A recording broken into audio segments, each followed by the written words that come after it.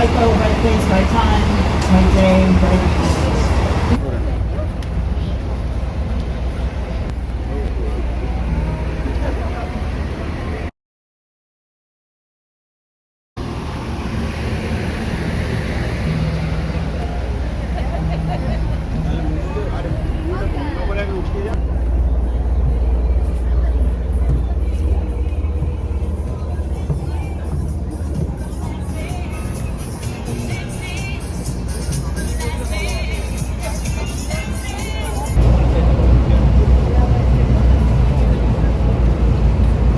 Welcome, folks. Hi. So glad that you're all here. My name is Rosemary, and I'm going to be your tour guide today. Let's talk about some safety aspects of our ride today. The boat and on either side of the salon and the closets. We ask that you refrain from smoking and or vaping while on this 90-minute tour. We are on water, so just a reminder, please use guardrails and handrails while you are moving about the boat. If you need to make a phone call, please do so in the salon so you do not disturb others during the tour. And please no standing on chairs, especially no children standing on chairs, no adults standing on chairs, just don't stand on chairs. Giant peacock symbol at the top of it. This building was built in the 1980s and by a firm called Skidmore, Owings & Merrill. You're going to hear me talk about Skidmore, Owings & Merrill a lot on this tour. Lead architect Adrian Smith. Now, Adrian Smith is another name you're going to hear me talk about a lot on this tour. Adrian Smith is a Chicago man, and he went to school in Chicago. He has built buildings all over the world. Let's talk a little bit about the NBC Tower. So built in the 1980s, this building is heritage style or Eco Deco, meaning it has a Art Deco vibe to it. It has flying buttresses, which essentially are what those elbows are that come off the building. They are for decoration.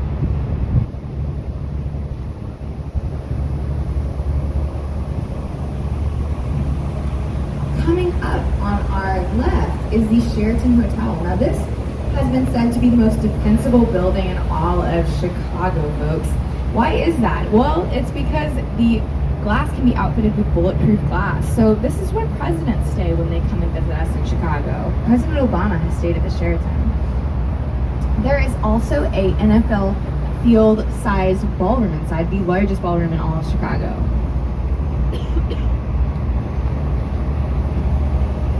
Now, where are you folks from?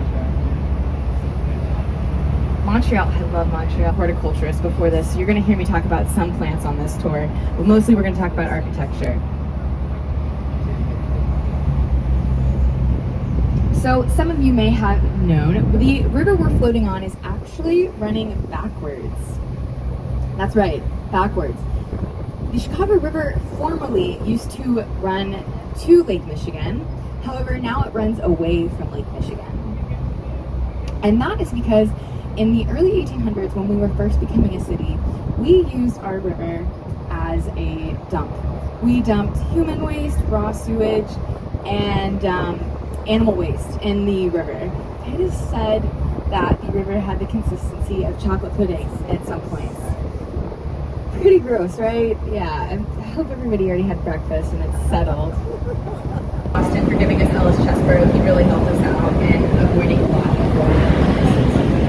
So Ellis Chesborough had three major ideas. First idea is he wanted to build a modern sewage system, and he was going to do this with an army of men and also a jacks.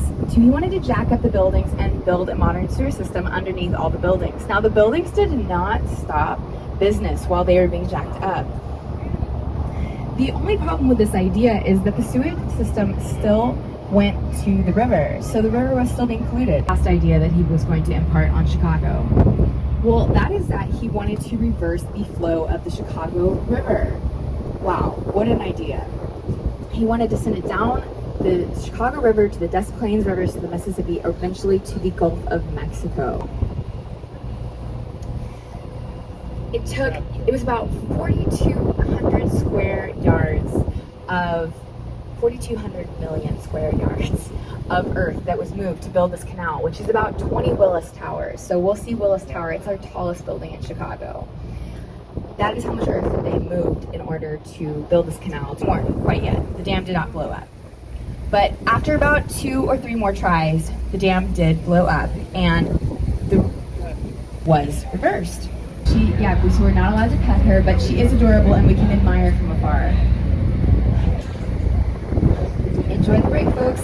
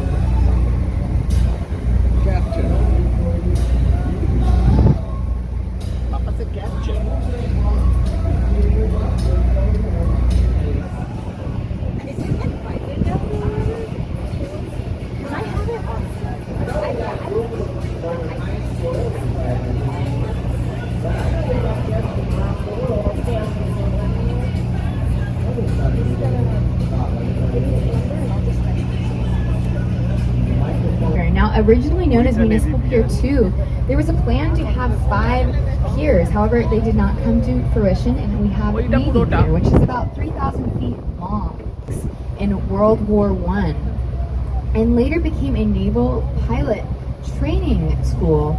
So young men came here to learn how to fly planes. Now, 2 of the more famous pilots that learned how to fly planes here include former President George H.W. Bush and late night TV host Johnny Carson. Now, if you see, there are about 3 glass buildings just before the Sable Hotel, and the one in the center is the Shakespeare. You can see the Shakespeare sign maybe if you just in the distance, just next to the city cruises. That was designed by Adrian Smith as well. He designed the NBC Tower, and you'll see that he designed many more buildings in Chicago when we're on the river.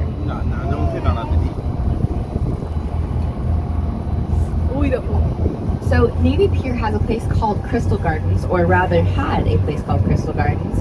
And Crystal Gardens was an indoor garden that has jumping fountains, and it is has recently been closed. There is a petition to save Crystal Gardens, and I implore you to maybe look that up and consider signing it. Winter gardens are very near and dear to my heart, and Chicago is full of them, so we will talk a little more about that later.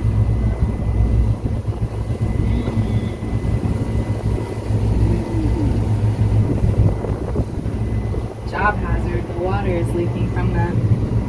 Hopefully it didn't go. Team ballroom. That's right, folks, this is the original ballroom, and it was built with large windows as to keep the dancers and other performers cool because there was not AC at the time.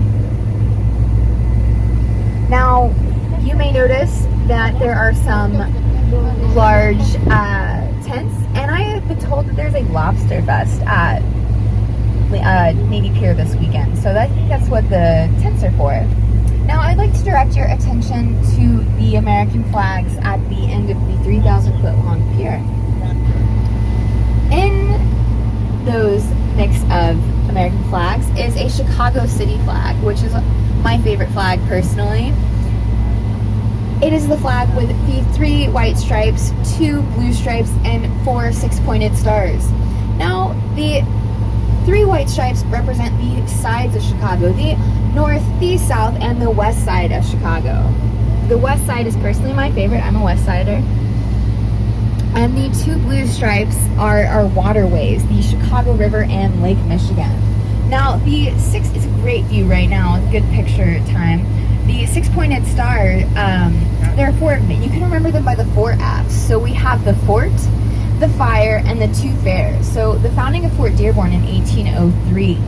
This was to protect the mouth of the river that which meets Lake Michigan. And if you came on our docket, you may have seen placards at your feet that said this is the site of Fort Dearborn. It was at Michigan and Wacker.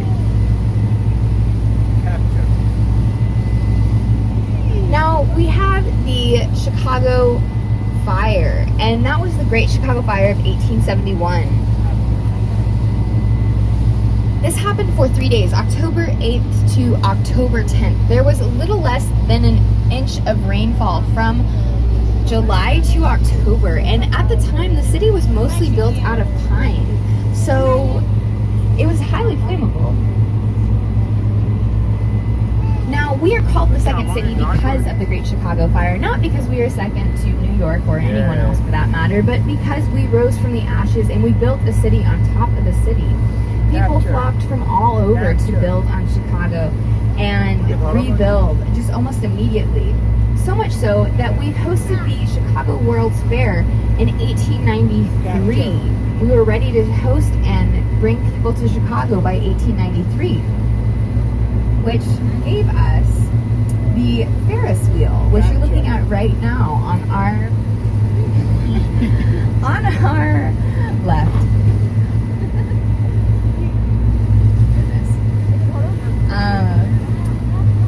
So the Ferris wheel was invented by a man named George Washington Ferris, and he actually was born in Illinois, but spent some time out in the East. The original Ferris wheel we'll talk a little bit more about on our journey back. And then we're going to talk about the Century of World Progress Fair. Now, the World's Fair was the White City, and the White City was inspired by Greek and Roman structures. However, the Rainbow City was supposed to be more vibrant and colorful. And that is the Century of World Progress Fair, celebrating the 100th anniversary of Chicago. This also gave us the Chicago-style hot dog, the Century of World's Progress Fair. Now, I have to ask you a question. Has anybody had a Chicago-style hot dog on board? A few? Okay, cool. So you know no ketchup, right? No ketchup. Never. Are you guys from Chicago? Oak Park. I love Oak Park. We'll talk a little more about Oak Park on the journey. I actually went there for my birthday this year. It was so much fun. We went to the 96th floor, the Signature Lounge. It was good times. You can get a cocktail for under $20 and have some of the best views of the city. The 95th floor, if you're looking for a little more leisurely experience, you can make a reservation. I recommend around 7:30 at night so you can see the sunset. And it is absolutely stunning, absolutely stunning. If you're not interested in the drinks or the food, you can go to the 94th floor. And that is a 360-degree observatory deck. And they also have this thing called the tilt, where you can step out on a ledge and it has like this mechanical window that tilts out. I've heard it's quite riveting. I personally haven't done it. I'm not afraid of heights, but I don't know about that. That's a little much for me. But maybe I've got some daredevils on board that sounds good to them. Now, we talked a little bit about the water cribs with the river reversal story. We're going to talk a little bit more about them. But I would like to direct your attention before we talk about the water cribs. Look on the Ferris wheel. That's the James Meridian Water Filtration Plant. It is the largest of its kind in all of the world. It serves 5 million permanent residents and visitors of Chicago, and in addition, 118 suburbs.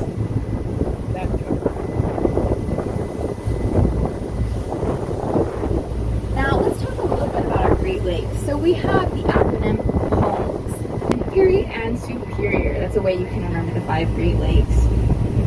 We are in Michigan, which is the second largest. The largest U.S. hotel in John Hancock building, it's like a light blue color with one spire on it. That building you can submerge in Lake Superior, and the last 50 feet would be all that would be out of the lake. I read that you could take all of Lake Superior's water and you could submerge both North and South America in 1 foot of water. That's how much water is in Lake Superior. It's wild. It's so big. But let's talk a little bit more about Lake Michigan. The crater that is Lake Michigan was formed 1.2 billion years ago when 2 tectonic plates moved in opposite directions from each other. Now, you may see some construction on the break wall. The break wall is to keep boats safe. It works a little bit like a coral reef. They are working on it right now on our left. You can see that. It's So 2 large barges of massive rocks by Ogden Slip just before we go into the harbor lock. Tower. We wanted something that would be like the Eiffel Tower. And the original Ferris wheel was about 70 feet taller than what you're looking at now. This is our Centennial wheel. So this one was built in 2000, or completed in 2017. 2017. The original Ferris wheel each car held 60 people, and it was said that there were even musicians on board for the 1.5-hour journey. Now we are coming up on our photo op. I would be more than happy to take your photo for you. We could set aside some space, maybe on the right side of the boat, and get this lovely skyline in the background for you. So I'd be more than happy to take your photo if you like. We're going to take a short little break, and we're going to pick up when we go towards Mies.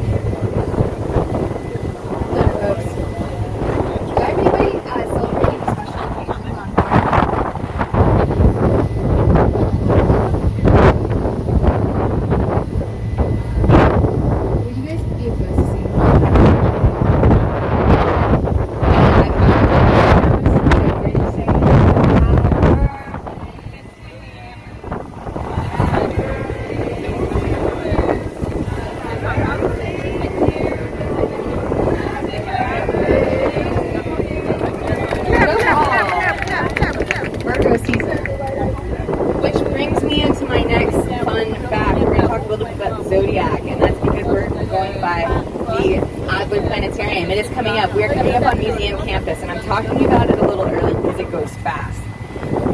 So, museum campus, a wonderful place to come for a view on land. I'm going to say the best views you can get are on this boat. But the best views on land are in museum campus. Absolutely stunning. So, the Adler Planetarium is going to be on our left. It's a building that looks a little bit like a UFO. It was completed in 1930. The glass edition was by Getch Partners and completed in 1999. Lead designer Jim Getch. Now, there are a few things about this building that I just absolutely love, and we're going to start out with the zodiac fact. So it is a 12-sided polygon, which is the perfect amount of sides for a zodiac-themed bronze plaque. So on each side of the Adler Planetarium, there is one plaque dedicated to each zodiac sign. The cool thing about this, it was designed by an artist named Alfonso Linelli, and Alfonso Linelli actually studied under the artist that helped design and sculpt Mount Rushmore.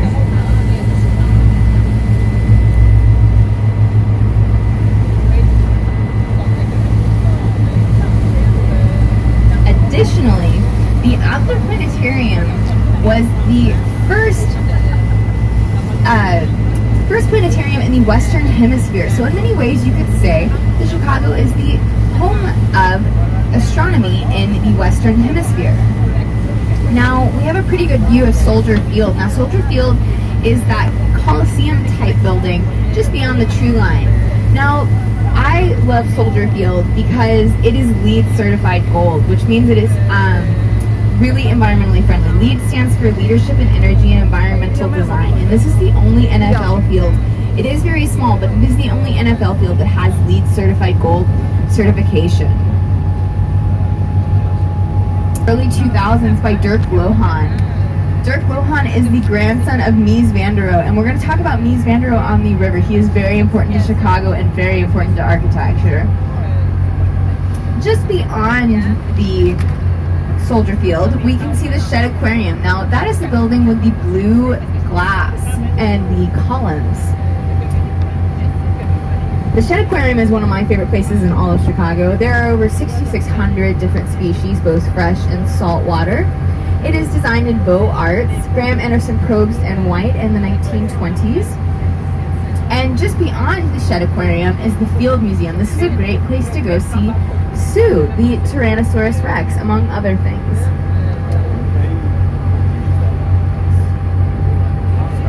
Is the building that looks like it's a staircase. That is the tallest residential building in all of Chicago. We are passing by Grant Park and Buckingham Fountain. Buckingham Fountain was a gift to the city in the name of Clarence Buckingham, and he was a large contributor to the Art Institute. Now, at its tallest, Buckingham Fountain can spray up to over 150 feet, about 45 meters tall, so it's very extreme. And at night, there's usually a light show. It's very cool to see.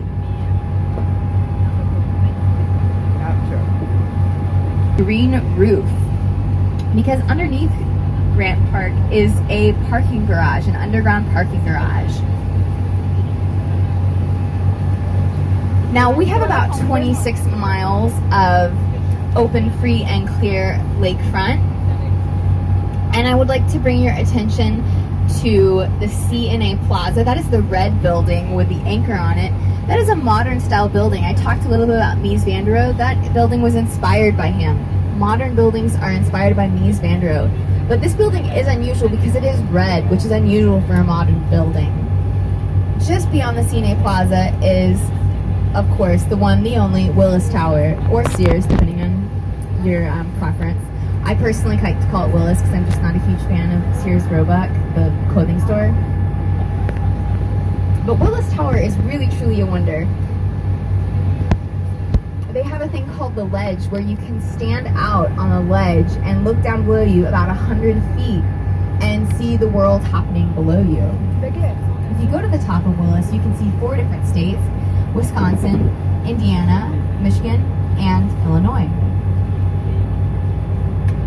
It was designed by Skidmore, Owens & Merrill, lead architect Fazler Khan. It was the tallest building in the world for 24 years, and it was finished in 1974. I'd like to talk a little bit about 311 West Wacker, which is just left of Willis Tower. It is clad in pink Texas granite, and it has a crown. It's right in between Willis and the C&A Plaza. This building is my favorite, one of my favorites, because it has a winter garden inside. That's right, it's a multi-story winter garden that includes palm trees. I also love this building because they are environmentally aware. At the crown of that building are 1,852 fluorescent bulbs, so at night it lights up. And during bird migratory season, they dim the lights as to not confuse the birds.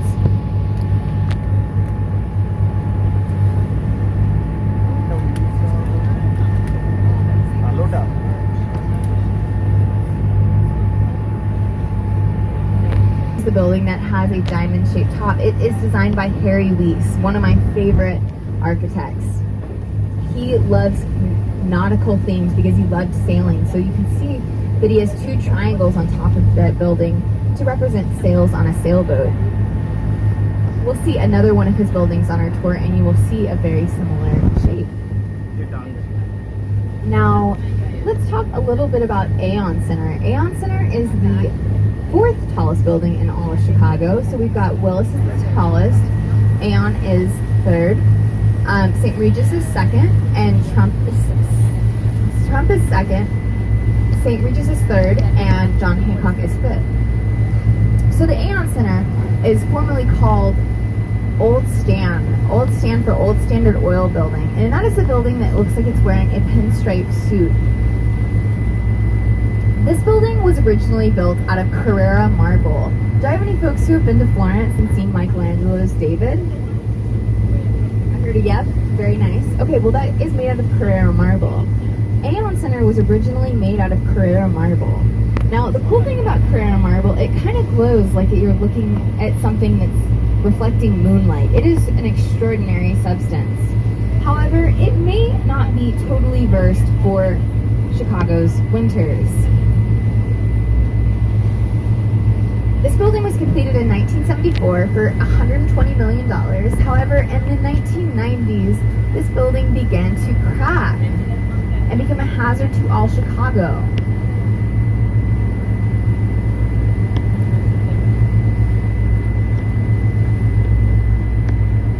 They decided that they had to do something to replace this building. They had already made such a incredible investment and they didn't want to tear it down. So what they decided is they were going to use North Carolina granite to replace it. It was an additional $80 million to replace the Carrara marble with North Carolina granite. And it just goes to show, never take your marble for granted. Thank you. So my favorite thing about Aon Center is that it's only about, it only uses about a third of its plot. The other 2/3 is the land has 3 different conservatories and multiple winter gardens. We already talked about 311 West Wacker, the indoor multi-story winter garden with palm trees. We didn't talk about Harold Washington Library, an iconic library in downtown Chicago. It has it's 10 floors, 9 floors accessible to the public. The 9th floor is this beautiful blue marble interior with lots of indoor plants. It is a great place to get coffee and have a chat with a friend or a family member. Just enjoy oneself. You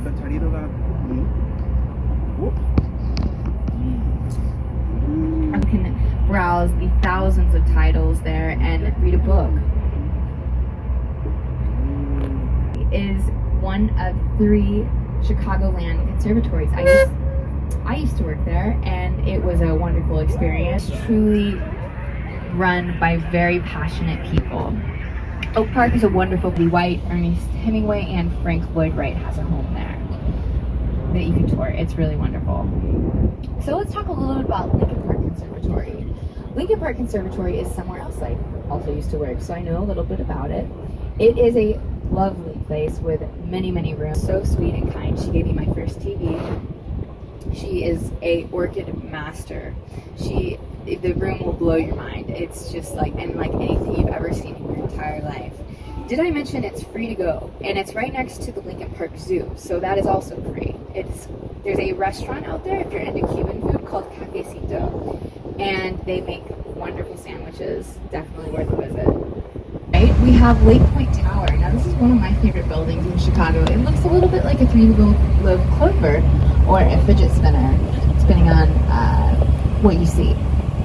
At the top of Lake Point Tower is a American French cuisine restaurant called Sauté, and it's like a 5-star restaurant. It is so wonderful. I visited for the first time last week, and it is rather pricey, but a great place to get an amazing view. I recommend if you do go, it's 7:45, so you can see the sunset just like John Hancock. This is another great option since it is at the mouth of the river and the lake. Funny story, this building isn't supposed to be here. It's built east of Lakeshore Drive, and we have city ordinances that say you cannot build east of Lakeshore Drive, but this building got through a loophole that said that the lobby was public access and that it was at the mouth of the river, and there was nothing that said that you couldn't build a building at the mouth of the river. So this building is the only private residence on Lakeshore Drive East. They quickly closed the loophole, and it said that Tom Cruise lived here, Dolly Parton, Goldie Hawn. Capture. Just on our left, a little bit behind us, is where the U.S. Coast Guard and the Chicago Fire Department, as well as the Illinois Conservation Police, they camp out there. It is their headquarters. Now, we're going to talk about one of my favorite buildings in Chicago, and it has 3 stems. It is a blue-green glass, 3 different shades of blue-green glass, and it is wavy. And you may notice on the 83rd and 84th floor that it kind of looks like it's unfinished, like they didn't finish the building.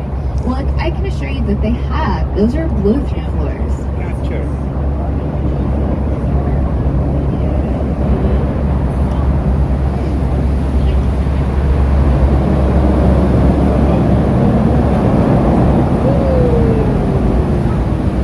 You're asking about the mass liquid dampers. I know that 150 North Riverside is another building mostly that they do have. Capture. So this design called frustums, which is a geometric shape that looks a little bit like a pyramid with the top cut off. And this building, this shape can be seen on this outlet, this glass outlet you see. The steel that is coming out, that is a frustum. It just looks like two popcorn boxes stacked on top of each other, and that is how they created the shape. Now, if you'd like to stay at the St. Regis, a studio apartment would cost you about $850,000, and a penthouse would cost you about $18.5 million. Now, my favorite thing about the St. Regis Hotel is that specifically the frustum that I was speaking about formerly comes from the Illinois State mineral fluorite. Now, fluorite is this beautiful green, classy mineral, and in the structure are frustums, as well as sapphires. Mies designed this blue striped building that is actually in a triangular shape. It is a Swiss hotel on our left.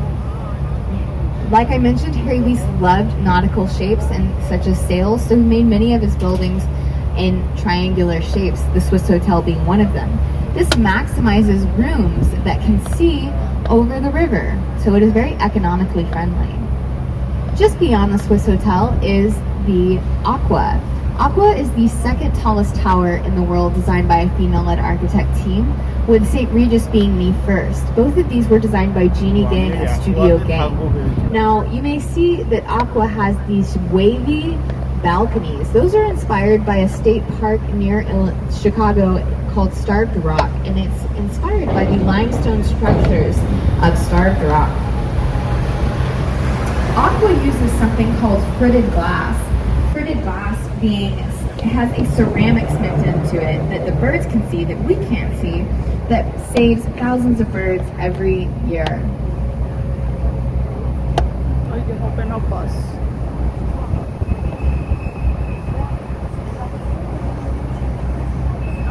Now, on our left, we're passing the University of Chicago Gleacher Center. This building is particularly interesting because it was designed by Dirk Lohan, grandson of Mies van der Rohe.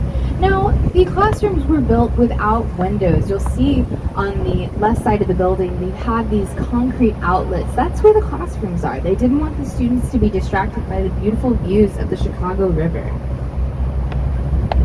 All the glass that you do see are student lounges and restaurants.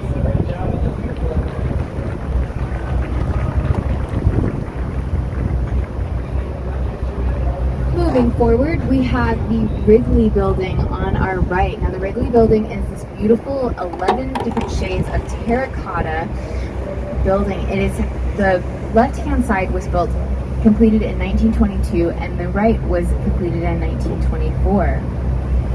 And that's right, folks, it does use 11 different shades of terracotta, meaning baked earth. Mr. Wrigley actually started selling soap before he started selling gum. It is notable to say that in 1893, Juicy Fruit was introduced, and it was this building that founded it.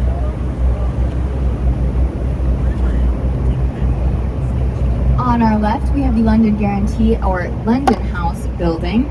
There are two griffins on the side, and those are half eagle, half lion, the symbol of London, so they were engraved on this building.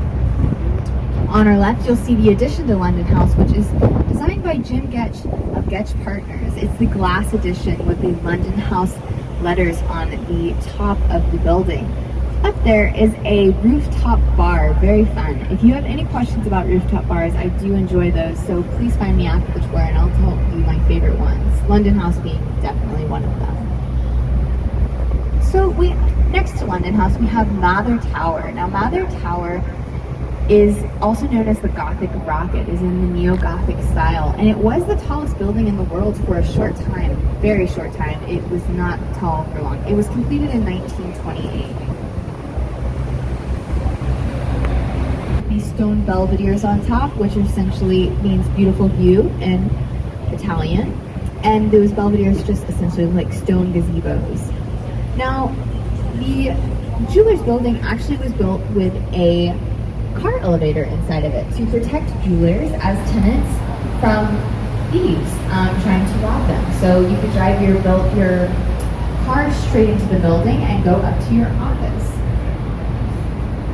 Now, if you're interested on some of the buildings on the right, I want to assure you we will be talking about them on our way back. But for now, we're going to talk about the Leo Burnett building, which is 35 West Wacker outside. It looks like it's wearing a pinstripe suit. Now, you may not be familiar with Leo Burnett, but I can assure you that you are familiar with some of the characters that have come out of Leo Burnett. We include the Jolly Green Giant, the Marlboro Man, Pillsbury Doughboy, and Snap, Crackle, and Pop all came out of the Leo Burnett Agency.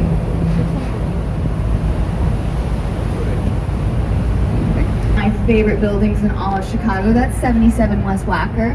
This is also designed by Ricardo Bofill, a Spanish architect.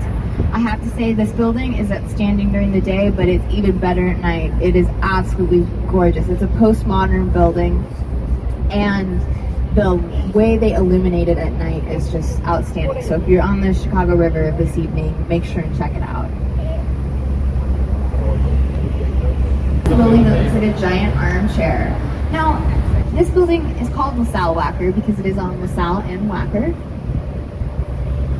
There was an ordinance in 1923 that did not enable buildings to build over a certain height. So you see this armchair structure a lot in these Art Deco buildings. At the top of the building is a beacon that used to be seen for 200 miles.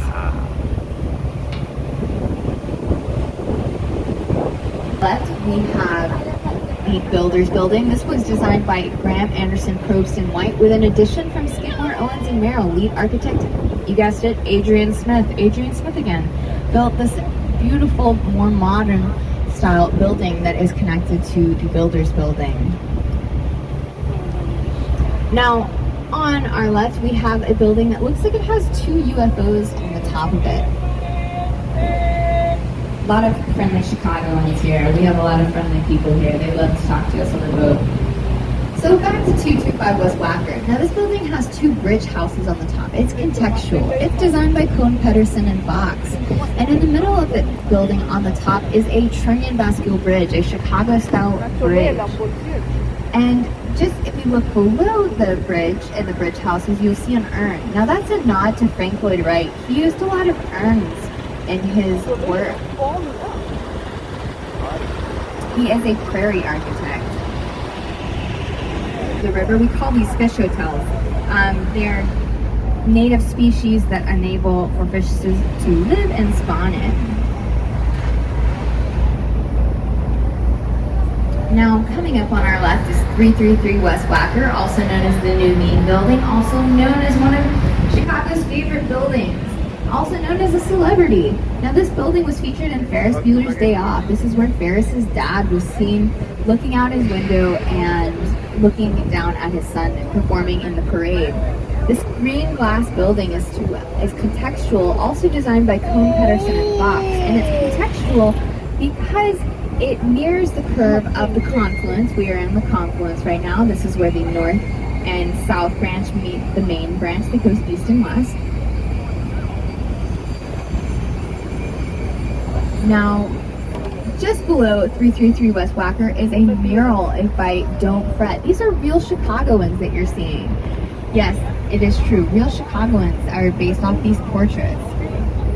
So on our right, I would like to direct your attention to somebody talked about some mass liquid dampers. So we're going to talk a little bit about 150 North Riverside Plaza. That's the building that looks like a pencil or an upside down building, if we're in that matter. At the top of this building is 160,000 gallons of water, which is over an Olympic-sized swimming pool. And how they work is when the wind sways one way in the building, the water sways the other way and balances it out.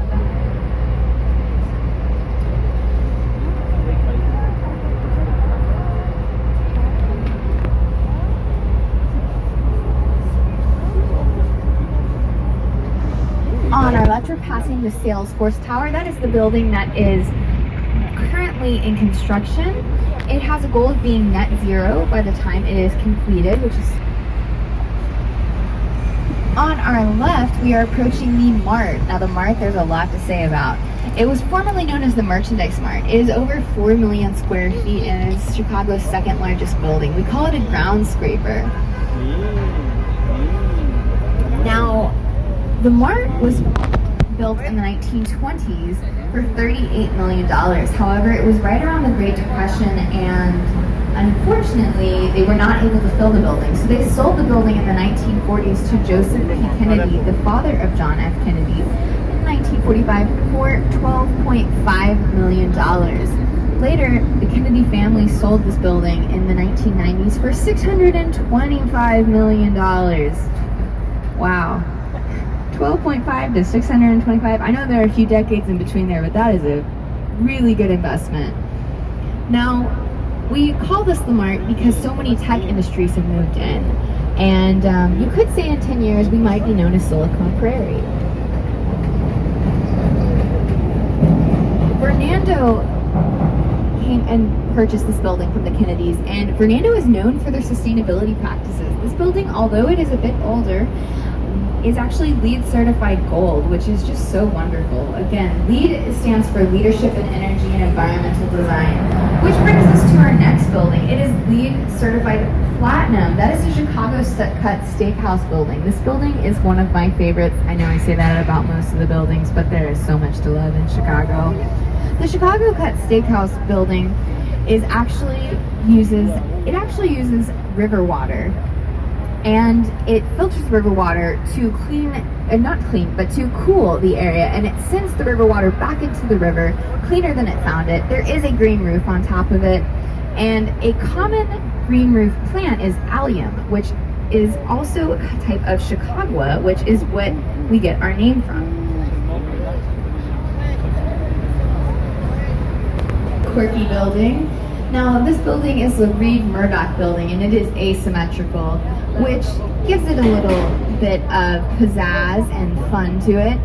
Now, it's the home of the Encyclopedia Britannica and the Whirlpool.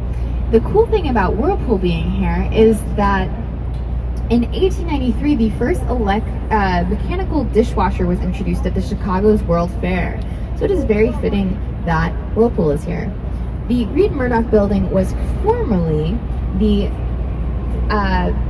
city traffic court. So a lot of people don't like this building because they have memories of paying fines here.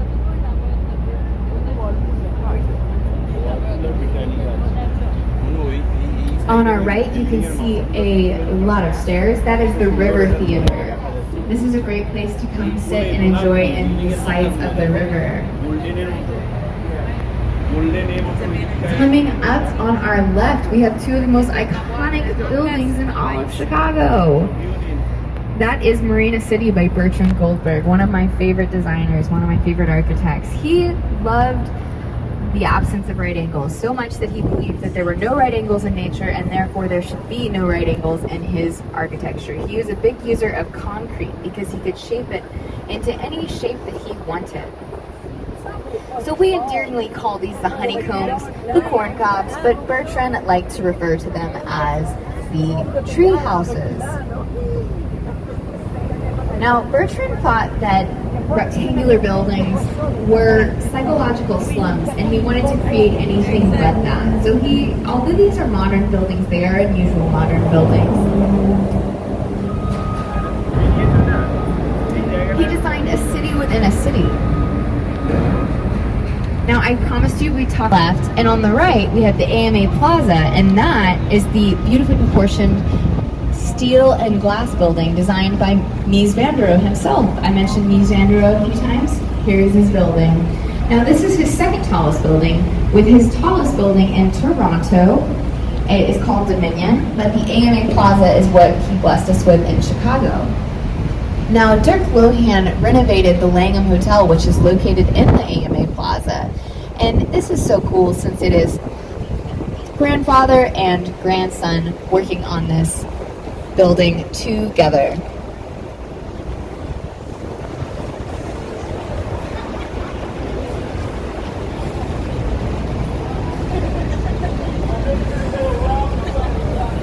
Come back and make the trip from Floridica. You just love fashion.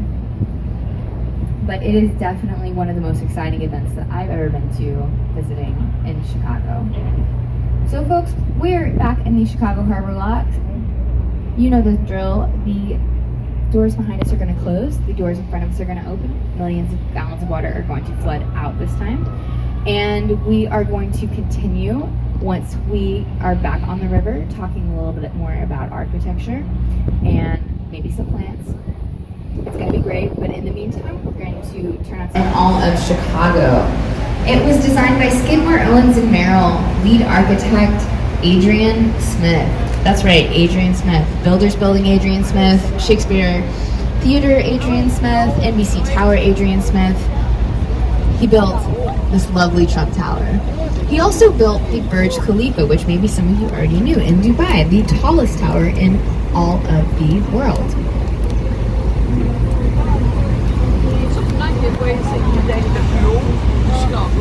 Now, I recently learned that the Burj Khalifa, the best thing to do is when you're visiting in Dubai, you should make a reservation at the lunch restaurant on the top of the building instead of going to the observation deck. I met somebody who went to the Burj Khalifa and they said absolutely go to get lunch reservations versus going to the observation deck, because the thing is you can go through the front door versus the back door that the tourists have to go through, and you can dress up. On our left, we have the Chicago Tribune building. Now that is this beautiful Gothic style building. It won a design competition in the 1920s, which it won over $100,000, which is about $1 million today. It was voted the most beautiful office building in the world. It has been adaptively reused and has been made into high luxury condos. We are coming to the end of our tour, but I'd like to talk about one more building. This is the Natalie Dubois Skidmore, Owens & Merrill Equitable Building. It is identified by the Fidelity sign at the base. This is a modern style building. Natalie Dubois did not get credit for over 50 years. However, she did persist, and she eventually got credit for building this building. It was built in the 1960s.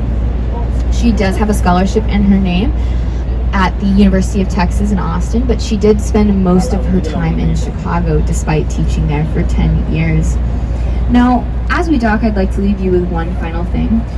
The Illinois state wildflower is the milkweed, and the Illinois state insect is the monarch butterfly.